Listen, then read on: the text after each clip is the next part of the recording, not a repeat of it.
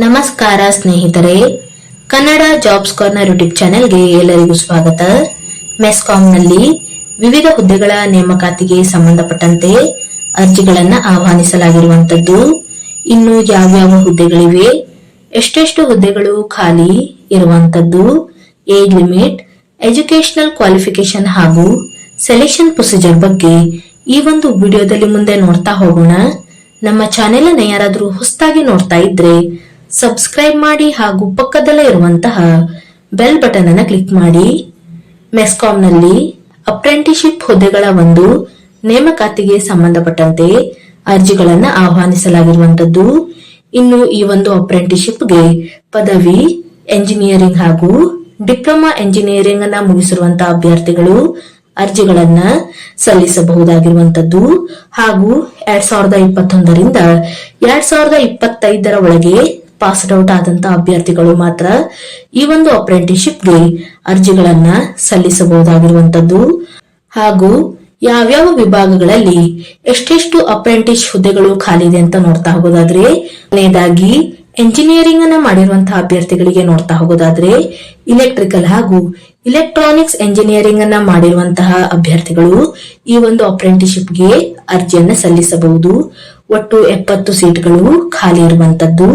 ಇನ್ನು ಮಂತ್ಲಿ ಸ್ಟಿಫಂಡ್ ಬಗ್ಗೆ ನೋಡೋದಾದ್ರೆ, ಈ ಒಂದು ಅಪ್ರೆಂಟಿಸ್ಶಿಪ್ಗೆ ಆಯ್ಕೆ ಆದಂತಹ ಅಭ್ಯರ್ಥಿಗಳಿಗೆ ಪ್ರತಿ ತಿಂಗಳು 9,000 ಸ್ಟಿಫಂಡ್ ಅನ್ನ ನೀಡಲಾಗುತ್ತದೆ. ಹಾಗೂ ಈ ಒಂದು ಅಪ್ರೆಂಟಿಸ್ಶಿಪ್ ನ ಅವಧಿಯು 1 ವರ್ಷದ ಅವಧಿಯವರೆಗೆ ಇರುವಂತದ್ದು. ಇನ್ನು ಎರಡನೇದಾಗಿ ಡಿಪ್ಲೊಮಾ ಎಂಜಿನಿಯರಿಂಗ್ ಅನ್ನ ಮುಗಿಸಿರುವಂತಹ ಅಭ್ಯರ್ಥಿಗಳಿಗೆ ನೋಡೋದಾದ್ರೆ, ಒಟ್ಟು 65 ಸೀಟ್ಗಳು ಖಾಲಿ ಇರುವಂತದ್ದು. ಇನ್ನು ಸ್ಟಿಫಂಡ್ ಬಗ್ಗೆ ನೋಡೋದಾದ್ರೆ 8,000 ಮಂತ್ಲಿ ಸ್ಟಿಫಂಡ್ ಇರುವಂತದ್ದು ಹಾಗೂ 1 ವರ್ಷದ ಅವಧಿಯವರೆಗೆ ಈ ಒಂದು ಅಪ್ರೆಂಟಿಸ್ಶಿಪ್ ನ ಅವಧಿಯು ಇರುವಂತದ್ದು. ಇನ್ನು BA, BSc, BCom, BBA ಹಾಗೂ BCA ಆದಂತಹ ಅಭ್ಯರ್ಥಿಗಳಿಗೆ ನೋಡೋದಾದ್ರೆ, ಒಟ್ಟು 65 ಸೀಟ್ಗಳು ಖಾಲಿ ಇರುವಂತದ್ದು. ಇನ್ನು ಸ್ಟಿಫಂಡ್ ಬಗ್ಗೆ ನೋಡೋದಾದ್ರೆ 9,000 ಮಂತ್ಲಿ ಸ್ಟಿಫಂಡ್ ಇರುವಂತದ್ದು ಹಾಗೂ 1 ವರ್ಷದ ಅವಧಿಯವರೆಗೆ ಈ ಒಂದು ಅಪ್ರೆಂಟಿಸ್ಶಿಪ್ ನ ಅವಧಿಯು ಇರುವಂತದ್ದು. ಇನ್ನು ಸೆಲೆಕ್ಷನ್ ಪ್ರೊಸೀಜರ್ ಬಗ್ಗೆ ನೋಡ್ತಾ ಹೋಗೋದಾದ್ರೆ, ಅಭ್ಯರ್ಥಿಗಳು ಪಡೆದುಕೊಂಡಿರುವಂತಹ ಅಂಕಗಳ ಆಧಾರದ ಮೇಲೆ ಶಾರ್ಟ್ ಲಿಸ್ಟ್ ಮಾಡಿ ಸೆಲೆಕ್ಷನ್ ಅನ್ನ ಮಾಡಿಕೊಳ್ಳಲಾಗುವಂತದ್ದು. ಹಾಗೂ ಶಾರ್ಟ್ ಲಿಸ್ಟ್ ಆದಂತಹ ಅಭ್ಯರ್ಥಿಗಳಿಗೆ ಮೆಸ್ಕಾಂ ಮಂಗಳೂರಿನಲ್ಲಿ ಡಾಕ್ಯುಮೆಂಟ್ ವೆರಿಫಿಕೇಶನ್ಗೆ ಕರೆಯಲಾಗುವಂತದ್ದು.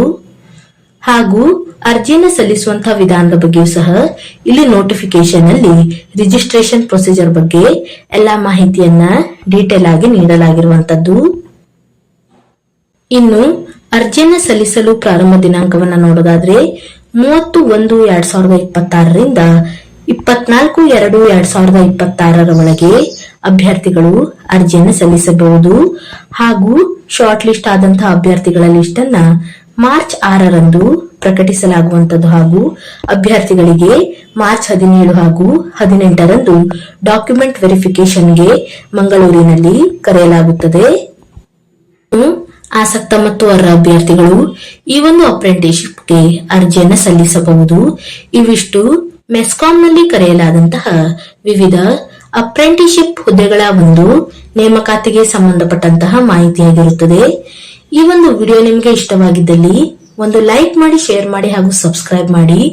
ಜೊತೆಗೆ ಪಕ್ಕದಲ್ಲಿ ಇರುವಂತಹ ಬೆಲ್ ಬಟನ್ ಅನ್ನು ಕ್ಲಿಕ್ ಮಾಡಿ.